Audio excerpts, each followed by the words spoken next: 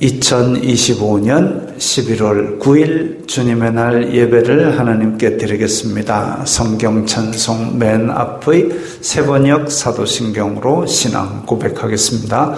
저는 전능하신 아버지 하나님 천지의 창조주를 믿습니다.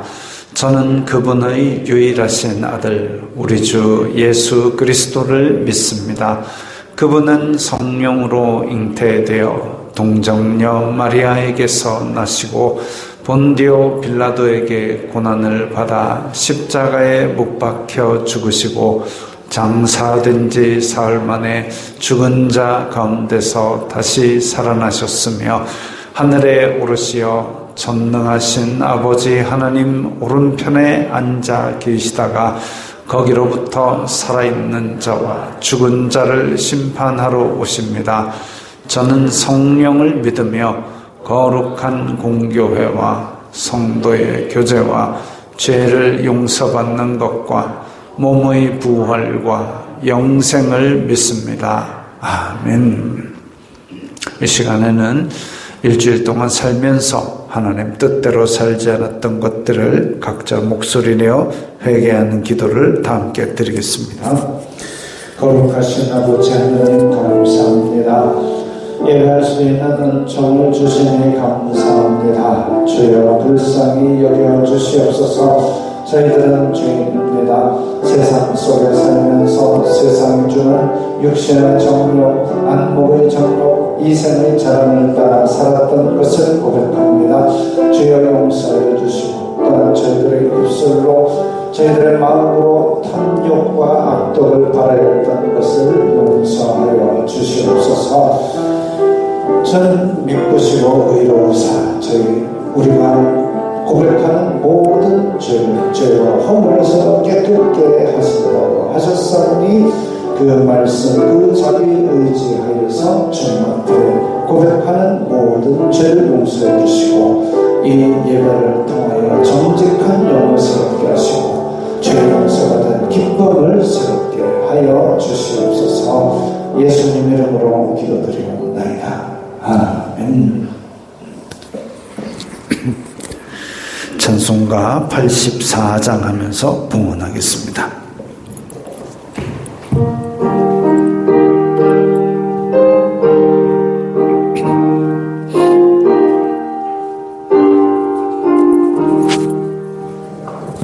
온 세상이 캄캄하여서 잠빛이 없었더니 그 빛나는 영광 나타나 온 세상 빛이었네.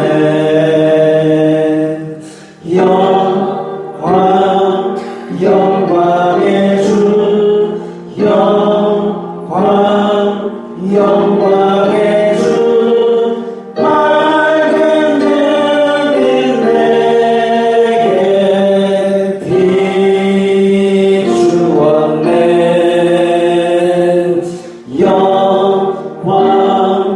영광의 주 영광의 주 이 세상의 빛은 오직 주 예수님. 주 말씀을 믿는 사람은 그 마음이 시원하고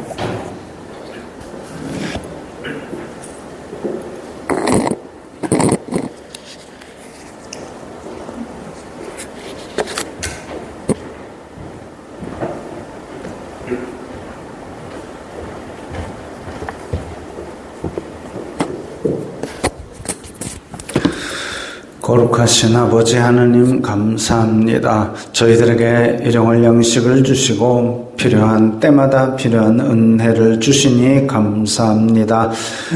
주님 은혜 감사하여서 저희들이 각기 예물을 드리오니 기쁘게 받아 주시옵소서. 이 예물이 쓰이는 곳마다 아버지의 영광이 나타나고 예수 그리스도의 사람 살리는 복음이 전파되게 하여 주시옵소서.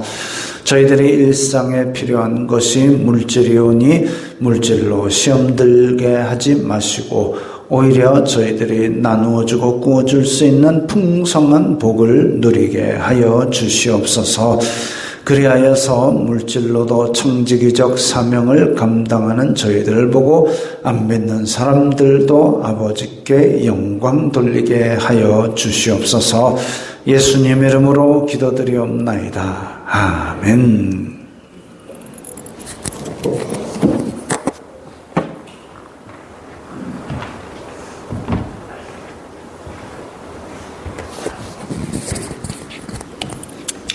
하이델베르크 요리문답 제33주일 함께 읽겠습니다.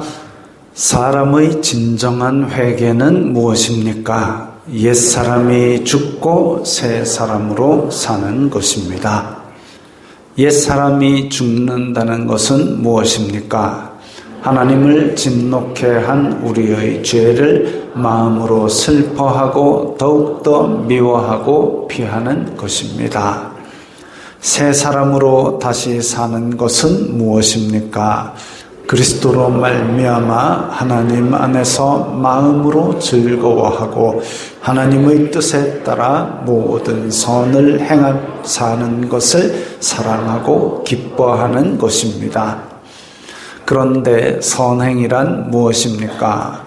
참된 믿음으로 하나님의 율법을 따라서 그리고 그의 영광을 위하여 행한 것만을 선행이라 하며 우리 자신의 생각이나 사람의 계명에 근거한 것은 선행이 아닙니다. 아멘. 자, 여기서 선행 이러면 우리는 남을 도와주고 뭐 어쩌고 저쩌고 우리가 흔히 말하는 착한 일들을 선행이라고 생각을 하기 쉽습니다. 물론 그것도 선행이죠. 그런데 선이라는 개념을 우리가 잘 잡아야 됩니다. 그러면 남을 죽이면 이거는 살인일까? 죄네? 그럼 나라 지킨다고 총을 쏘면 다 살인죄를 짓는 것일까요? 자, 이런 문제에 봉착하기 전에 우리는 선에 대한 개념을 잘 잡아야 됩니다. 하나님은 선이십니다. 그렇기 때문에 하나님께 붙어 있는 것이 선행입니다. 그럼 우리가 일상생활에 일반적인 여러 가지 일을 할 때도 이게 하나님의 법을 따라 하나님의 영광을 위하여 행하는 것인가, 그걸 생각하면 우리가 선행을 할 수 있습니다. 또한 우리에게 주신 성령으로 말미암아 우리가 성령의 열매를 맺는 것, 하나님께서 우리 마음속에 주신 동기로 행동의 열매를 맺는 것, 그것이 선행입니다.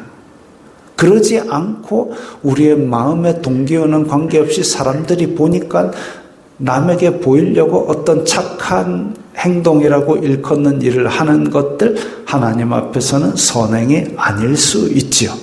그래서 선이라는 개념, 하나님 안에 붙어 있는 것이라는 그걸로 개념을 바로 잡으면, 그러면 이제 선행이라든지 왜 죄가 되고 왜 선이 되고 이런 것들이 구별이 더 명확해질 겁니다. 찬송가 515장입니다.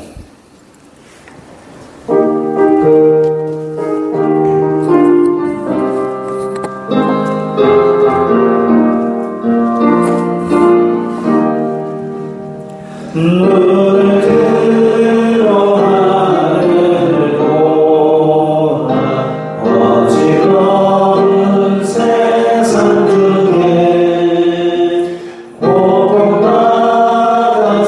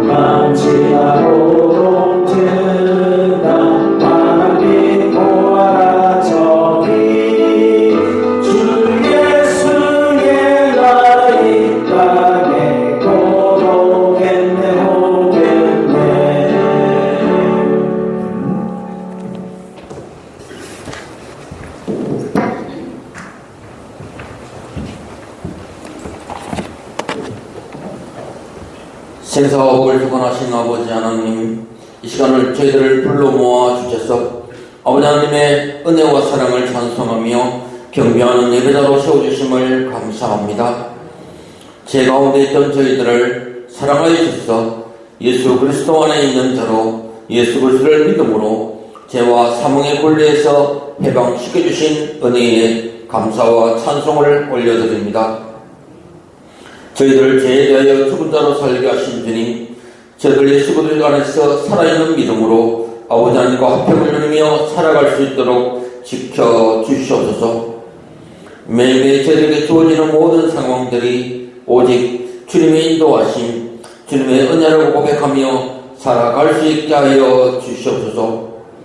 혼란하고 어지러운 세상을 살아가면서 매일매일 접하는 어려움과 두려움과 시험 가운데 환난은 인내는 연단은 소망을 이루는 하나님의 사랑으로 살아갈 수 있도록 도와주시옵소서. 이 땅 대한민국을 붙들어 주시옵소서. 이 땅의 교회를 붙들어 주시옵소서. 탐욕과 악독으로 더 혼란해지고 죄악으로 넘쳐나는 시대가 되어가고 있습니다. 아버지 하나님, 이 땅을 불쌍히 여겨 주시옵소서. 이 땅을 회복시켜 주시옵소서. 이 땅에 하나님의 백성으로 택함받은 저희들, 세상이 어둡다고 썩은 냄새가 난다고 원망하고 불평하고 외면하지 말고 빛과 소금의 사명을 받은 자들로 힘있게 살아갈 수 있도록 도와주시옵소서. 맡겨주신 일, 맡겨진 자리에서 사랑으로 인내하심으로 사명을 감당하신 주님을 본받아 승리하며 살아가게 하여 주시옵소서. 지난 주간 내두교회 30년을 돌아보면서 내두교회를 세우시고 택한 성도 한 사람 한 사람을 사랑하시고 붙들으시는 일을 찬송하게 하심을 감사합니다. 교회 지체된 저희들 성령 안에서 서로 사랑하며 하나 되는 교회 되게 하여 주시옵소서. 주신 은사로 서로를 돌아보며 섬기며 위로하며 인내하게 하여 주시옵소서. 말씀과 기도로 깨어있게 하시고 복음의 전달자로 사랑의 전달자로 가정과 일터와 학교에서 화평케 하는 사명 그리스도의 향기를 나타내며 살아가게 도와주시옵소서. 믿음의 다음 세대도 건강하고 아름답게 세워가는 데도 더하여 주시옵소서. 내리게 함께 기도하며 동력하는 교회들과 선교사들 이 시간 또 함께하여 주시옵소서. 힘있게 기쁘게 주신 사명 잘 감당할 수 있도록 도와주시고 지켜주시옵소서. 이제 우리를 살리시는 말씀, 우리와 함께 하시는 말씀 선포해 주실 때 한 말씀도 놓치지 않고 붙들게 하여 주시옵소서. 유혹과 혈기가 우리를 상해서 우리를 막아쓰고 우리를 흔들지라도 주신 말씀 붙들고 죄를 분별하고 죄를 이기며 살아가도록 지켜 보호하여 주시옵소서. 이 모든 말씀 예수 그리스도 이름으로 기도드리옵나이다. 아멘.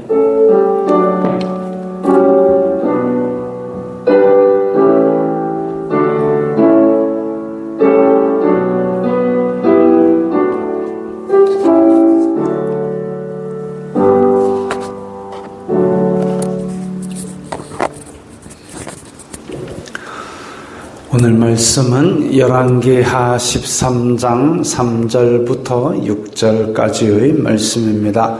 구약성경 583면 열왕기하 13장 3절부터 6절까지의 말씀입니다. 함께 읽겠습니다. 여호와께서 이스라엘에게 노하사 하사엘의 손과 그의 아들 벤하닷의 손에 넘기셨더니 아람 왕이 이스라엘을 학대함으로 여호아하스가 여호와께 간구하매 여호와께서 들으셨으니 이는 그들이 학대받음을 보셨음이라. 여호와께서 이에 구원자를 이스라엘에게 주심에 이스라엘 자손이 아람 사람의 손에서 벗어나 전과 같이 자기 장막에 거하였으나 그들이 이스라엘에게 범죄하게 한 여로보암 집의 죄에서 떠나지 아니하고 그 안에서 따라 행하. 또 사마리아의 아세라 목상을 그냥 두었더라. 아멘. 자, 북이스라엘, 지금 북이스라엘의 왕이 여호아하스입니다. 저 위에 부분은 우리가 오랫동안 얘기를 했죠. 맨 밑에 빨간 점선으로 똔똔똔똔똔똔 남유다 왕국은 요아스입니다. 요아스, 아하시아의 아들인데 아달랴가 다 죽일 때에 여호세바가 피난시켜서 성전에 숨어 지냈던 그 요아스가 남유다의 왕이고, 이때에 북이스라엘의 왕이 된 여호아하스, 나중에 남유다에도 여호아하스가 하나 나오는데 이름이 같을 뿐입니다. 자, 북이스라엘에는 지금 여호아하스 왕, 남유다 요아스 23년에 예후의 아들, 예후에게 하나님께서 너 지금 이렇게 내 말을 듣고 아합 집안을 다 심판하게 되면 너 4대까지는 내가 보장해 줄게 라고 말씀을 하셔서 예후 그리고 그 밑에 여호아하스 등극했습니다. 그런데 이 여호아하스가 여로보암의 죄를 따라갔습니다.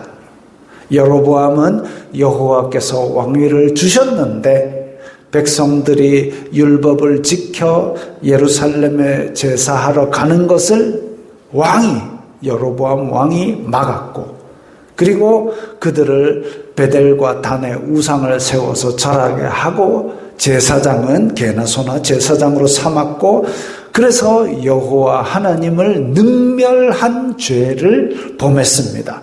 능멸이라는 것은 보통 이제 우리 역사책에 왕을 우습게 여기고 깔보고 업신여기는 걸 능멸이라 그러는데, 이 지금 여로보암은 여호와 하나님을 능멸한 죄를 저질렀는데 북이스라엘의 왕들은 태반이 다 여로보암의 죄에서 벗어나지를 못하고 있습니다.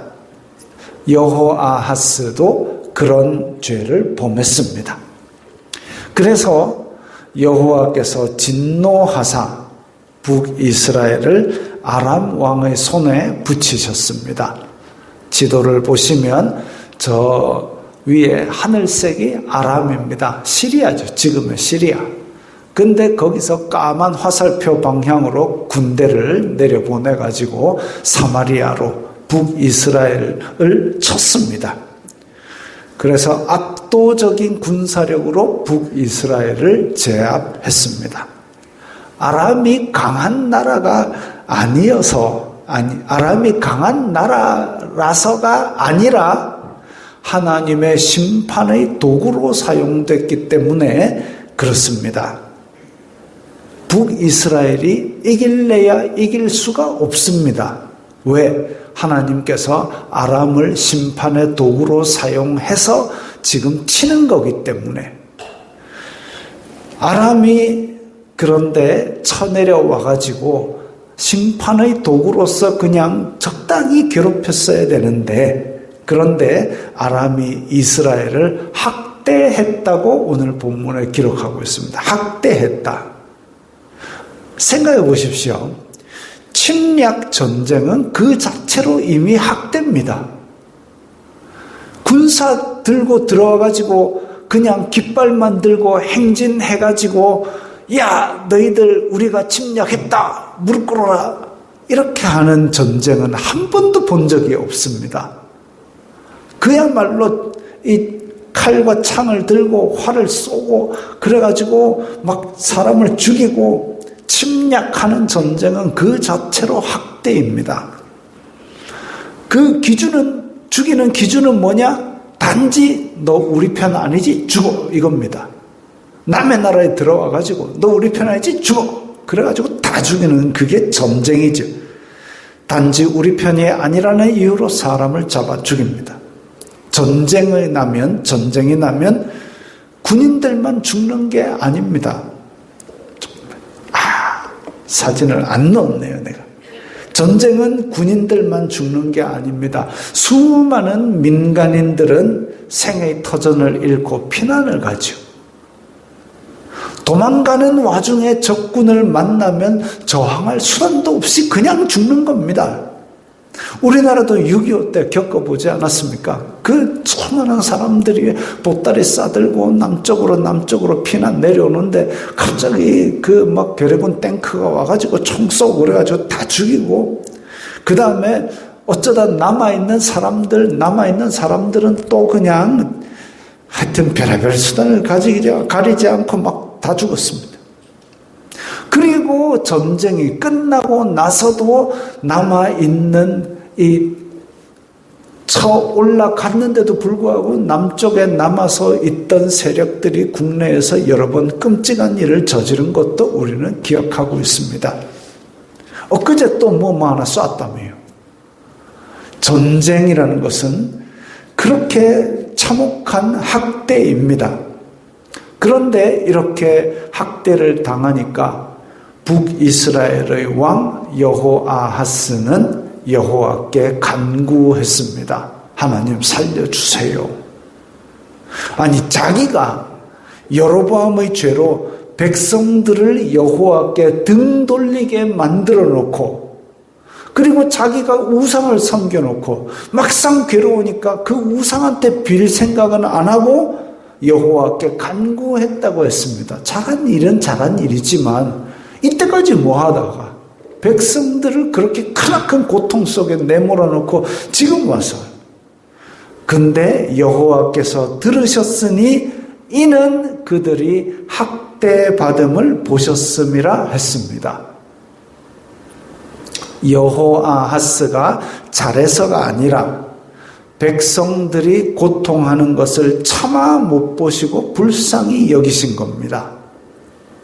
이와 비슷한 것이 출애굽 당시 이스라엘 자손들 상황입니다. 출애굽기 3장 7절과 9절을 보면 여호와께서 이르시되 내가 애굽에 있는 내 백성의 고통을 분명히 보고 그들의 감독자로 말미암아 부르짖음을 듣고 그 근심을 알고, 또 모세에게 말씀하시기를 이제 가라, 이스라엘 자손의 부르짖음이 내게 달하고 애굽 사람이 그들을 괴롭히는 학대도 내가 보았으니, 하나님께서 내 백성 이스라엘의 고통을 보고 부르짖음을 들었다 했습니다. 애굽 사람이 괴롭히는 학대를 보았다 그랬습니다. 이때 이집트에서 노예 생활하던 이스라엘 자손들이 거룩했습니까?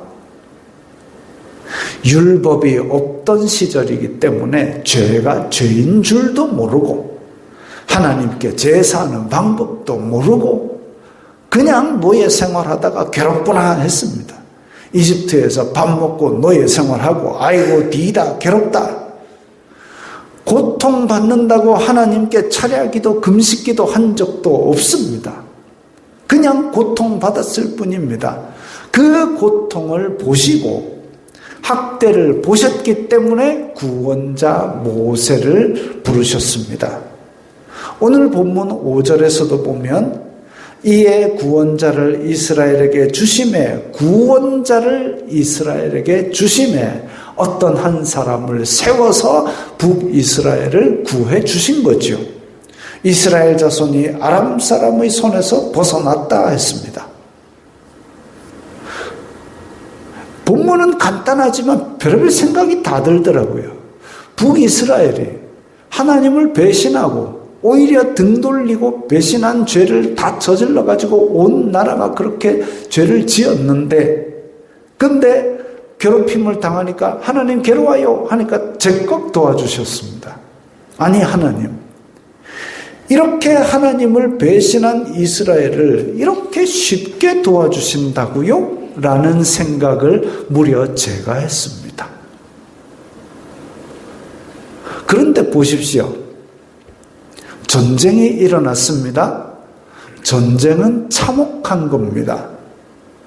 아람 왕은 더 심한 학대를 했습니다.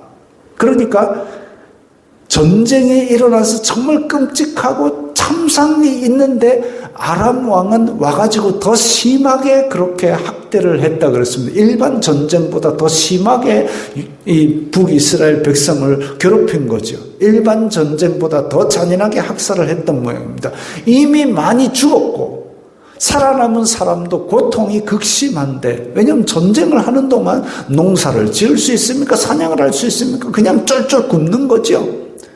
그런데 제 마음에, 아니 하나님 이렇게 쉽게 구원해 주십니까? 쉽게라는 말을 써버렸습니다.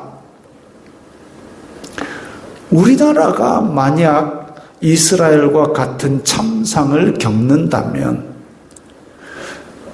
제2의 6.25가 일어나 북한군이 또 쳐내려 온다면 뭐라고 기도하겠습니까, 여러분?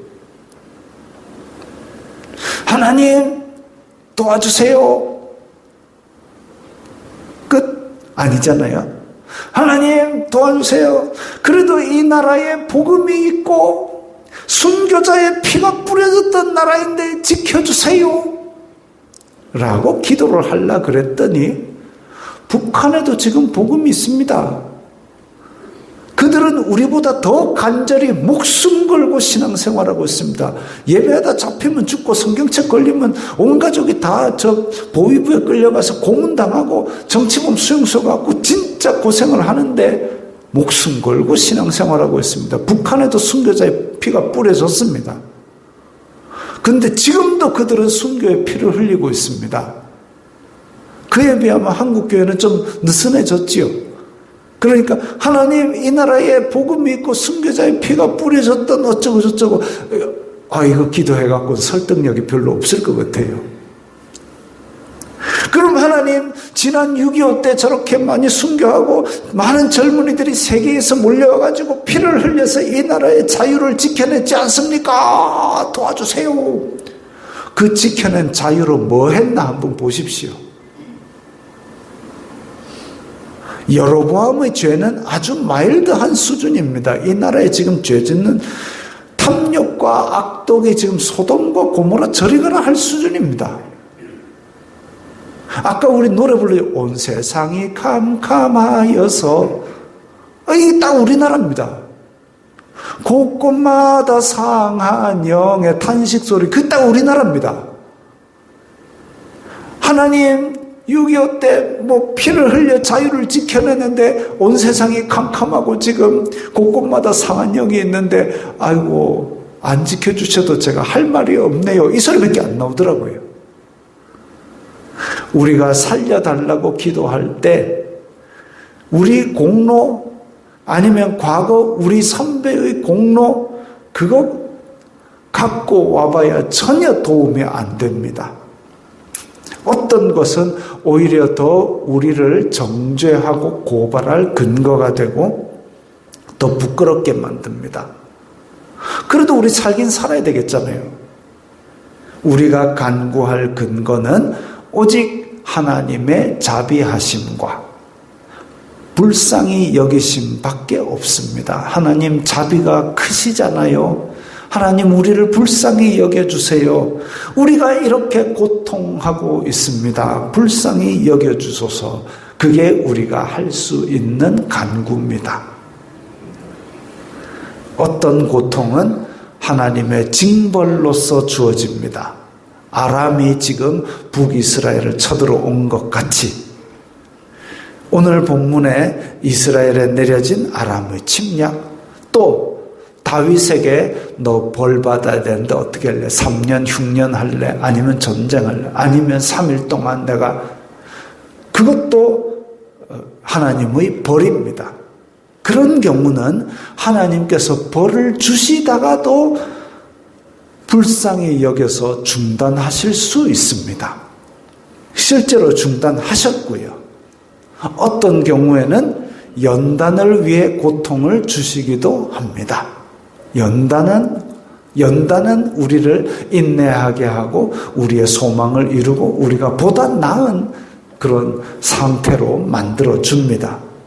근데 또 다른 어떤 경우는 고통받는 백성이 불쌍하지만 그 고통이 멈추지 않기도 합니다. 네로 황제 때 대박해 사건이 대표적으로 그런 겁니다.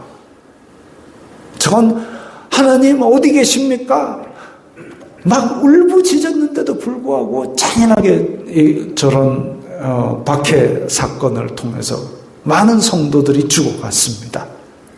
그걸 일본에서는 그렇게 박해를 하고 있을 때에 하나님께서 왜 침묵하십니까? 라는 얘기로 침묵이라는 소설을 쓰고 영화로도 만들어지기까지 했습니다.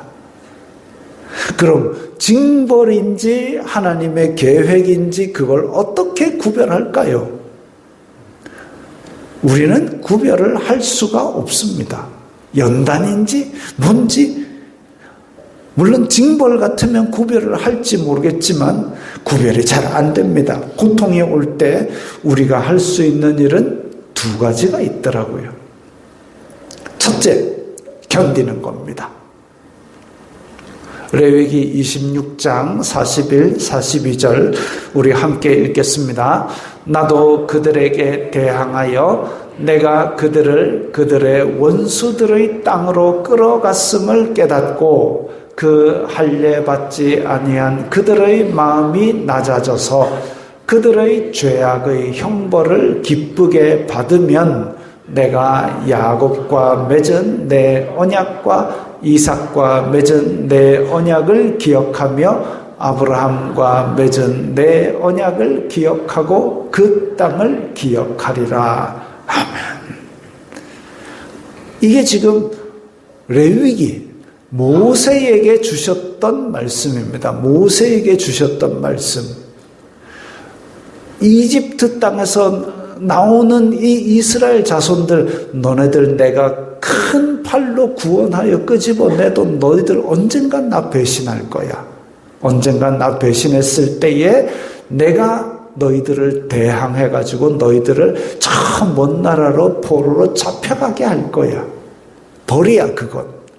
그렇게 되었을 때에 너희들의 마음이 낮아져서 하나님을 안 섬겼더니 우리가 이 벌을 받는구나. 그렇게 낮아져서 죄악의 형벌을 기쁘게 받으면, 즉 포로로 가가지고도 열심히 살고 회개하고 거기서 밭을 갈고 자녀를 낳으면, 그러면 내가 너희들 조상에게 했던 그 언약을 기억하리라. 그것 말씀하셨습니다. 욥은 얘가 나오면 안 되는데, 욥은 이유를 알 수 없는 고난을 받아서 도저히 저항도 할 수 없었습니다. 욥. 저항도 할 수 없었는데 욥이 했던 게 뭡니까? 그냥 기왓장으로 몸 긁으면서 고난을 견디고 있었습니다. 고난당할 때 욥을 생각하십시오. 욥이 잘했다 아니라 할 수 있는 게 없지 않습니까? 그냥 기왓장으로 몸 긁으면서 견디고 있었습니다. 하나님의 징벌을 받아 포로로 잡혀가는 이스라엘 백성들, 뭐 할 수 있는 게 없습니다. 아무것도 할 수 있는 게 없습니다. 강력한 바벨론 군대가 예루살렘 싹 밀어버리고 다 불태워버리고 멀쩡한 사람들, 걸을 수 있는 사람 다 잡아갈 때 그때 뭘 할 수가 있습니까? 아무것도 할 수 없습니다. 그냥 견디는 거죠. 견디는데 예레미야가 그때 뭐라 그랬냐면은 바벨론에 가서 너희들 집 짓고 밭 갈고 아이 낳고 번성해라. 그게 바로 형벌을 기쁘게 받으면입니다. 죄악의 형벌을 기쁘게 받는 것, 그것이 우리가 견딜 수 있는 방법입니다. 어차피 주시는 벌 잘 받고 그 때가 끝나면 하나님의 자비하심으로 다시 일으켜 세우시리라. 그거 믿고 기다리는 거죠. 첫 번째는 견디는 겁니다. 형벌을 기쁘게 받고 견디자. 둘째, 기도하는 겁니다. 이집트에서 이스라엘 자손들이 부르짖을 때 아이고 하나님, 아브라함의 하나님, 이삭의 하나님, 그 얘기 없었습니다. 왜냐하면 아브라함의 하나님, 이삭의 하나님, 야곱의 하나님, 그걸 기록한 창세기, 출애굽기, 레위기, 민수기, 신명기 이 5권의 책이 언제 쓰여졌냐면 출애굽하고 나서 광야에서 모세가 이 노예로 살아가지고 노예 근성이 뼛속 깊이 박힌 백성들, 정신 차려라, 너희들은 하나님의 백성이다. 그래가지고 그 근원부터 쓴 게 창세기고, 그 다음에 하나님께서 주신 말씀, 너 이거 지키고 살아라. 그래가지고 레위기 쓰고 신명기 쓰고 이랬던 겁니다. 그러니까 그 이전에 이집트에서 노예 생활할 때는 그냥 구전으로 전해지는 것도 400년이 지나면서 뭘 알았겠습니까? 여러분들 조선시대 왕조 태정태세 문단세 기억하십니까? 그 다 기록된 역사 때문에 듣는 거지, 우리가 뭐 태정태세가 뭔지 어찌 압니까? 기록된 것 때문에 그렇게 된 거죠. 그것과 똑같습니다. 이스라엘 자손들도 노예 생활할 때에 먼 옛날 조상에 아브라함이 있더라. 그런데 400년이 지나면서 아브라함인지 그걸 어떻게 압니까? 얼굴도 못 보고 사진도 없고 기록도 없고 그야말로 글도 못 읽는 백성들이 400년간 살았는데, 그 백성들이 아무것도 모르고 있을 때에 하나님이라는 존재가 있다 하더라. 그것만 어디 어렴풋이 기억나가지고 하나님 괴롭습니다. 이 노예 생활 언제 끝날까요? 그냥 괴롭습니다. 그거였겠지요. 고통이 극심하면 아파요. 살려주세요. 그보다 더 고통이 극심하면 그것도 제대로 안 나올 때가 있습니다. 저희 지금 쭈그리고 앉아있는 파란 옷 입은 사람이 한나입니다. 한나가 마음이 괴로웠는데 그 분인나라는 여자는 또 자기 속을 만날 때마다 박박 긁어놓고 말할 때마다 뼈골을 후벼 파는 그런 말들만 해가지고 괴로워요 통곡을 하다가 나중에 저기서 입만 달싹달싹달싹 숨이 안 쉬어지는 거죠. 거창한 거 필요 없고 나의 공로 필요 없고 그저 하나님의 자비하심을, 나 이거 고통받고 있어요. 말도 제대로 안 나오죠. 나 이 고통받고 있어요. 나 좀 불쌍히 여겨주세요. 괴로워요. 아기가 울면 엄마가 달려갑니다. 배고파서 우는 건지 똥을 싸서 우는 건지 어쨌든 엄마가 갑니다. 왜요? 엄마니까. 그것과 마찬가지로 우리가 고통으로 하나님께 부르짖을 때에 하나님께서 들으십니다. 왜요? 하나님께서 창조주이니까. 그래서 그걸 진심을 다해 토로하는 게 기도입니다. 하나님께서 그렇게 우리에게 고통을 주실 때에 때로는 계획하신 고통, 때로는 벌로서의 고통, 때로는 우리가 이해할 수 없는 하나님의 뜻으로 주시는 고통, 어쨌든 그런 고통이 왔을 때에 우리가 할 수 있는 것 2가지. 하나는 견디는 것, 하나는 기도하는 것. 그 2가지 말고는 제가 생각해도 성경을 아무리 봐도 할 수 있는 게 없더라고요. 그렇게 해서 고통이 물러간 후에 하나님께서 북이스라엘을 고통에서 건지신 후에 이스라엘 백성들이 어떻게 했나 한번 보십시오. 여로보암 집의 죄에서 떠나지 아니하고 그 안에서 따라 행하며 또 아세라 목상을 그냥 두었다 그랬습니다. 이런 배은망덕한 나쁜 인간들을 보았나. 심판의 원인이 되었던 그 죄를 돌이키지 않았습니다. 그것 때문에 하나님께서 심판하셨다 그러면 왜 우리 남자들 그런 얘기잖아요. 논산 쪽으로 보고는 오줌도 안 싼다 뭐 그런 얘기를 할 정도로 그렇게 좀 치가 떨리는 그것 때문에 아람이 쳐들어와서 그 고생을 했으면 저 우상단지 저거 꼴도 보기 싫다 하고 그쪽으로는 오줌도 아니면 차라리 거기 가서 오줌을 싸든가 그래야 되는데 그걸 그 안에서 따라 행하며 목상을 그대로 두었다 그랬습니다. 심판의 원인이 되었던 죄를 돌이키지 않았습니다. 율법은 받아 가지고만 있고 그걸 따라 행하지를 않았는데 우상 숭배는 어찌나 순종을 잘하는지 우상을 들고 있고 그 안에서 따라 행했다가 그랬습니다. 그걸 굳이 실천할 이유가 뭡니까? 언제라도 다시 섬길 헌신할 준비를 갖추고 있었습니다. 이게 하나님께서 구해준 보람도 없고 이거 내가 괜히 구했나 그런 생각이 들 만큼 참 일찍 배신을 때려버렸습니다. 하나님께 그렇게 좀 했으면 전쟁도 안 나고 그래도 그 몇 사람의 순종을 인해서라도 그 나라를 좀 구해줬을 텐데, 근데 우상에 대해서 적극적인 만큼의 10분의 1도 하나님에 대한 경외감이 없는 그런 백성들이 지금 북이스라엘의 하나님의 백성들 10개 지파였습니다. 현대인들을 한번 보십시오. 점괘에서 빨간 옷 입지 마라 그러면 안 입습니다. 그 안에서 지켜 행하고 있는 거지요. 어찌나 순종을 잘하는지.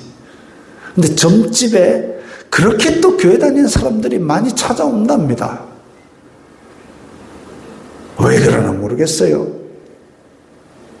어찌나 순종을 잘하는지. 또 하나님의 말씀이 집에 다 한 권씩 있고 그 다음에 목사가 또 견디세요, 기도하세요, 선을 행하세요 하는데도 그런 거는 다 들고는 가는데, 그런데 이렇게 적극적으로 빨간 옷을 입지 말으면 안 입고 이런 실천은 또 잘 안 하는 것 같습니다.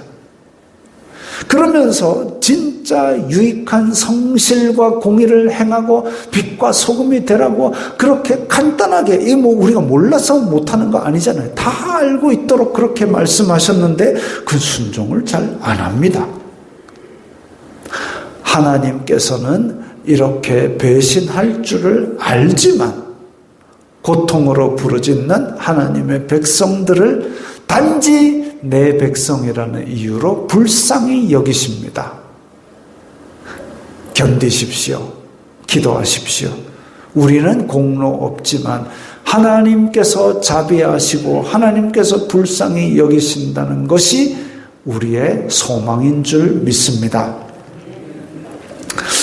이제 이 말씀을 생각하면서 우리 결단하는 기도를 드리겠습니다. 지금 나라가 위기니 한국 교회가 위기니 이런 얘기를 하는데 그거 다 소용없고 내가 하나님 앞에 바로 서 있느냐, 내가 하나님 앞에 어떤 기도를 하느냐, 그게 가장 중요한 일이고, 우리는 기도할 때에 하나님 우리에게 불쌍히 여겨주시고 자비를 베풀어 주옵소서, 그거 기도할 때인 줄 믿습니다. 다 함께 결단하는 기도를 드리겠습니다. 거룩하신 아버지 하나님 감사합니다. 저희들을 불쌍히 여겨주시옵소서. 이 거친 세상 속에서, 돈을 숭배하는 세상 속에서, 우리들을 우습게 여기는 세상 속에서 우리가 예수 그리스도의 복음을 들고 살아가고 있습니다. 불쌍히 여겨주시옵소서.